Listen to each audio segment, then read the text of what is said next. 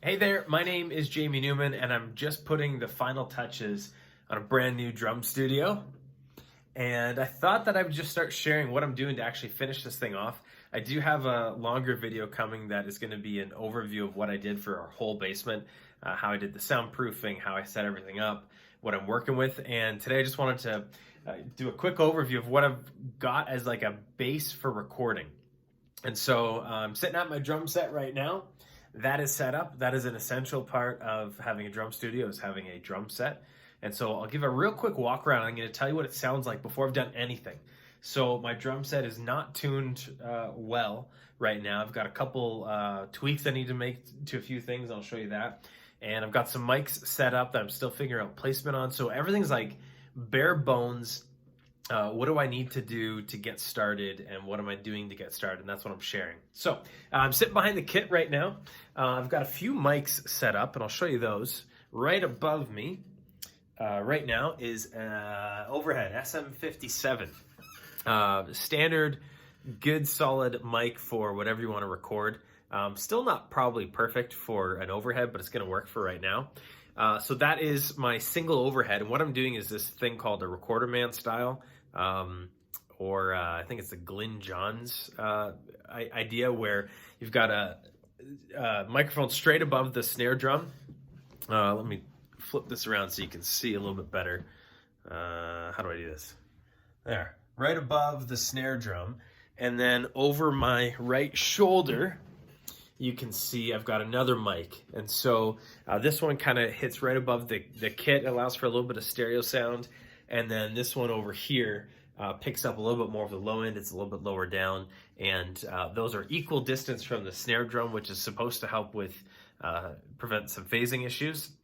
As I mentioned, that one up there is an SM57. This little guy is a part of my Zoom H6. So a Zoom H6 is I guess you call it an audio interface. It's meant for a variety of portable recording. So you can attach a whole bunch of different mics to the top here, and then it's got 4 inputs on the side. And so you can do a whole bunch of cool stuff with that. When you buy the Zoom H6, it comes with 2 mic capsules.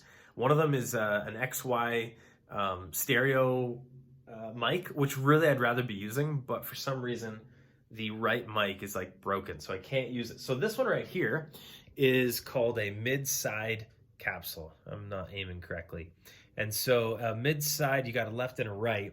And the way that works is you've got the one mic inside. So there's actually 2 mics in this little, where is the mic? It's so hard to do upside down. So you've actually got 2 mics in there, one on top of the other.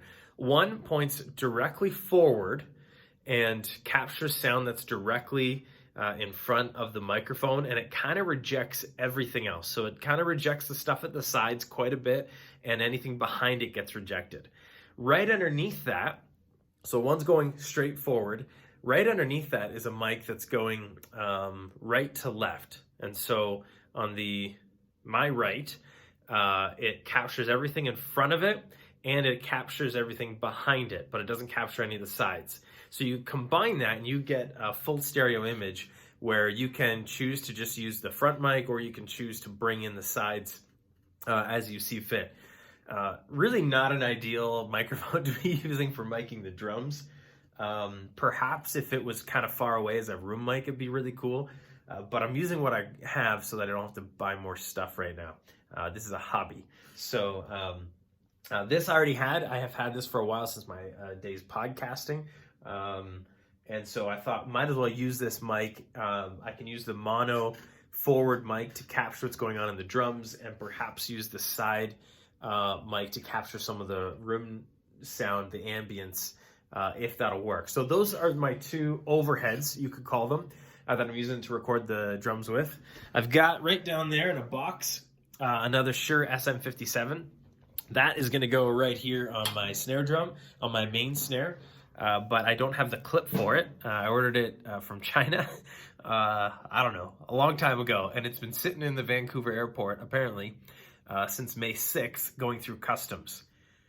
I don't know, but I'm going to just be clipping that on rather than having to buy another full stand, which I might do. And then this side snare right here is not going to have a microphone. It's just going to be from the overhead. I might eventually mic it. We're gonna see. It's kind of more of an auxiliary snare anyway. Speaking of that, this thing sounds like crap. And that's okay. That's because underneath here, one of these is ripped or just missing. Oops. And my microphone's just fallen. My microphone, my camera is not happy with me. There we go. Okay, so right underneath, one of the strings is missing. It's not a good one anyway. I paid not very much money for this, 25 or 50 bucks or something.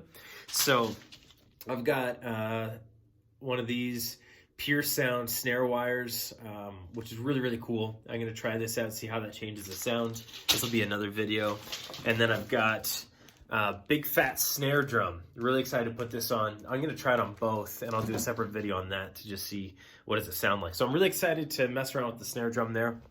As I continue walking around, I've got right in here, this is a, there we go.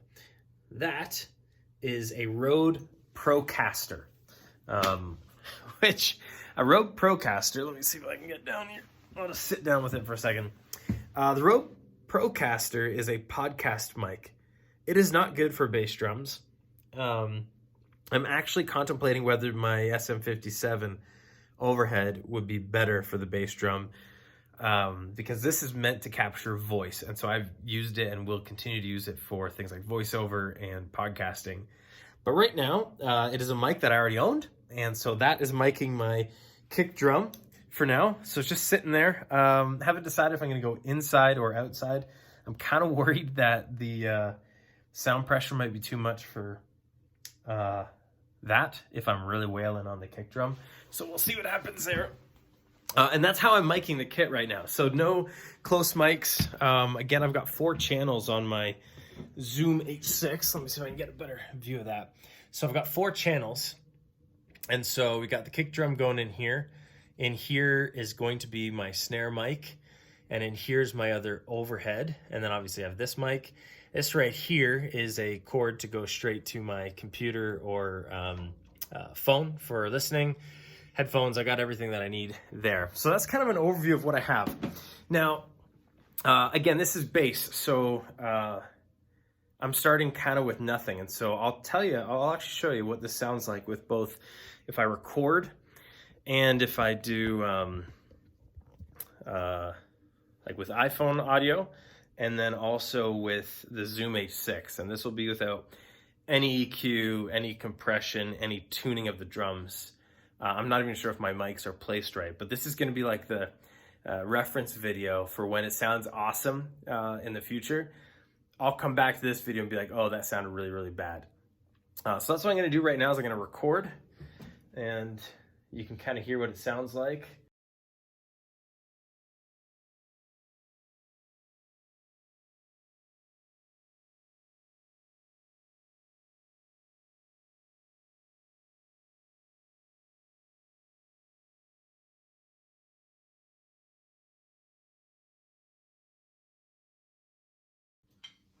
All right, so this is just raw audio, capturing either via iPhone or also through the Zoom H6. No compression, not splitting it multi-track, no EQ at all. So we got snare, snare, tom.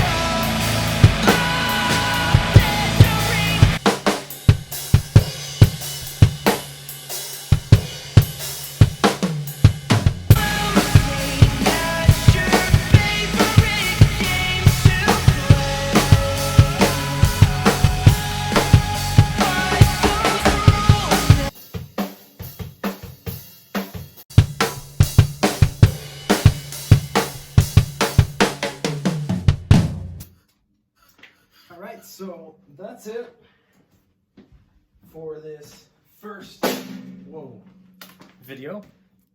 That is the kit, not tuned super well. Mics not totally figured out. No EQ, no compression, not all the mics existing in the room, how it is. And I'll do another video shortly as we rip apart the snare drum there, add a couple things on, and I will have a tour of what's going on in my studio shortly, and we'll see what goes from there. Thanks for watching.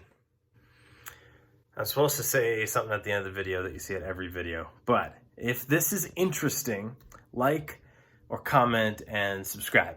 Or also, actually, let me put it this way. If you have recommendations for mic placement, tell me. If you have recommendations for, hey, please don't use that mic in your kick drum. That's a podcasting mic. Anything would be better than that. Tell me.